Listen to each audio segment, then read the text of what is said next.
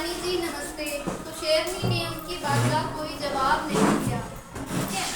और शेरनी अपने घमंड में आगे बढ़ गई। तो थोड़ी दूर पर जाकर वो अपने बच्चों के साथ गई और वो वहां जाकर सो गई। तो वहां जाकर सो गई तो उसके बाद उसने क्या किया, उसके बच्चे भी सो गए और शेरनी भी सो गई। तो सोने के बाद शेरनी के बच्चे गायब हो गए। जब शेरनी उठी तो उसको पता चला कि उसके बच्चे यहाँ नहीं है। तो वो बहुत दुखी हो गई, इधर उधर अपने बच्चों को ढूंढने लगी। उसने बहुत प्रयास किया ढूंढने का, लेकिन शेरनी के बच्चे कहीं नहीं मिले, ठीक है।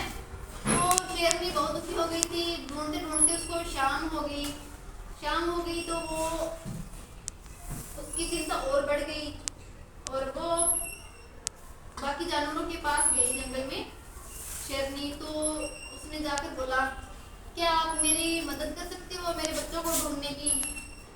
तो बंदर और दूसरे जानवर बोले, हम आपकी क्या मदद कर सकते हैं, हम तो बहुत छोटे हैं और कमजोर हैं, तो इसलिए हम आपकी कोई मदद नहीं कर सकते। शेरनी बोली, मुझे पता है इसमें मेरी ही गलती है, क्योंकि मैंने आपको आपकी बात को अनसुना किया। मुझे बहुत दुख है, मुझे ये एहसास हो रहा है कि मैंने आपकी बात नहीं सुनी।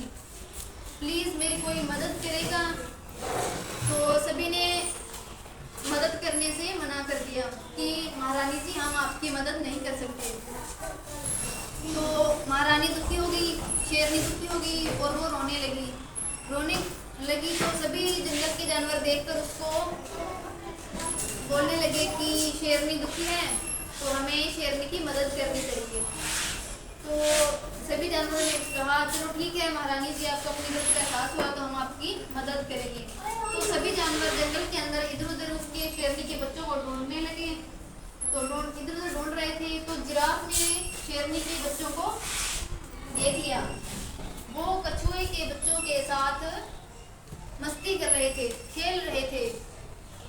तो उसने ढूंढ निकाला और शेरनी को बताया कि महारानी जी आपके बच्चे मिल गए हैं। और बच्चे मिल गए हैं तो शेरनी बहुत खुश हुई और सभी जानवरों ने आकर उसका साथ दिया।